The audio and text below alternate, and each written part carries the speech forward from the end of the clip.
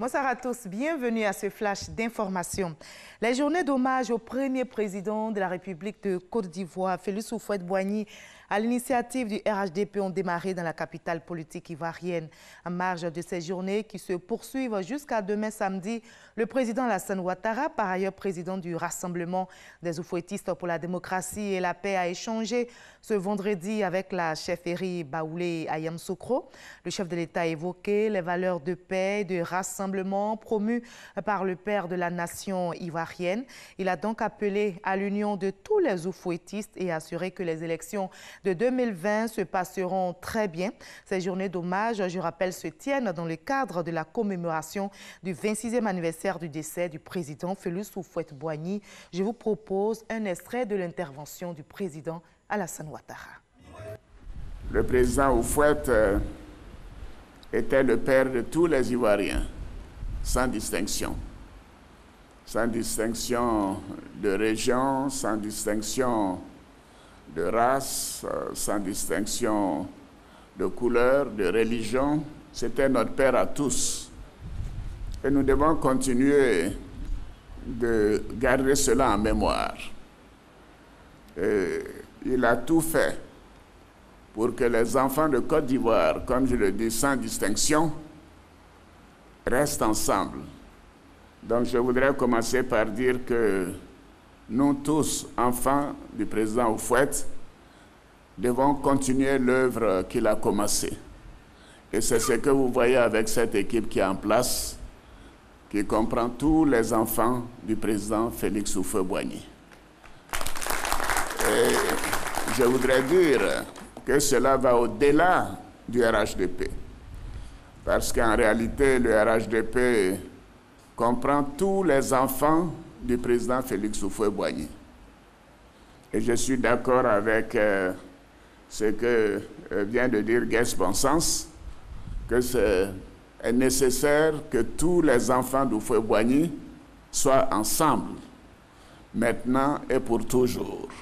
Je considère que l'union fait la force, mais l'entente entre les enfants donne encore plus de force.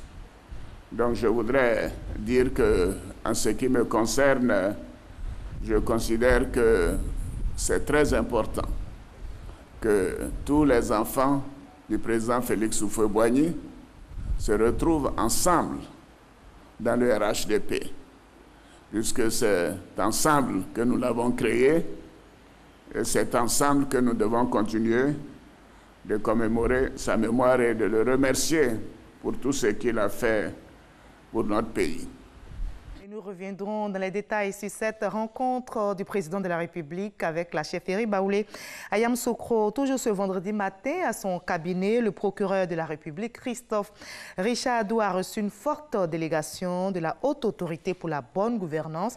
Les membres de cette institution sont allés s'enquérir de l'état d'avancement des dossiers à traiter au parquet. Nous en reparlerons dans la grande édition à 20h. La Côte d'Ivoire vient de faire un grand pas vers la consolidation définitive de la paix sociale. La ministre Mariatou Koné a remis hier jeudi aux différents acteurs impliqués dans la recherche de la paix le livret des indicateurs nationaux de solidarité et de cohésion sociale. Ce livret devrait permettre aux populations d'apprécier objectivement le travail du gouvernement et de l'interpeller aux besoins en vue de l'aider dans sa quête de paix durable et de cohésion sociale. L'armée soudanaise affirme avoir arrêté 6 hommes dans l'ouest du pays, près de la frontière tchadienne. Ils sont soupçonnés d'appartenir au groupe terroriste Boko Haram, originaire du nord du Nigeria. Et cette arrestation est annoncée alors qu'une délégation soudanaise comprenant le chef des renseignements était à N'Djamena avant-hier mercredi, officiellement pour évoquer des affaires frontalières. Notez que Khartoum réfléchit de plus en plus à la création d'une force pour éviter les incursions du groupe islamiste. De l'autre côté du globe, en Inde, l'affaire du viol collectif et du meurtre d'une vétérinaire défraie la chronique et continue de diviser les Indiens. Ce vendredi, donc, l'affaire a connu Une autre tournure avec l'annonce de la mort des 4 suspects, les suspects tués par la police en marge de la reconstitution du crime. Un haut responsable de la police affirme que les 4 hommes avaient été abattus en tentant de s'enfuir dans la nuit d'hier à aujourd'hui.